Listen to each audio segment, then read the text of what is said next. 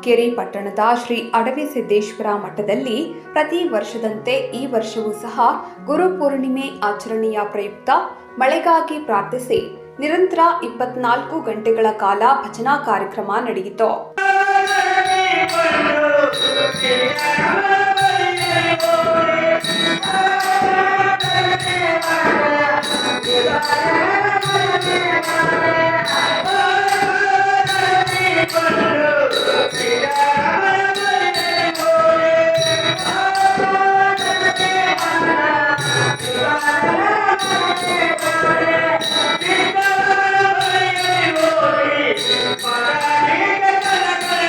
ಆರಂಭದಲ್ಲಿ ಶ್ರೀ ಕರ್ತೃ ಗದ್ದುಗೆಗೆ ಹಾಗೂ ಲಿಂಗೈಕ್ಯ ಜ್ಞಾನ ಯೋಗಾಶ್ರಮದ ಸಿದ್ದೇಶ್ವರ ಸ್ವಾಮೀಜಿಯವರ ಭಾವಚಿತ್ರಕ್ಕೆ ಪೂಜೆ ಸಲ್ಲಿಸಿ ಪ್ರಾರ್ಥನೆ ಸಲ್ಲಿಸಿದರು.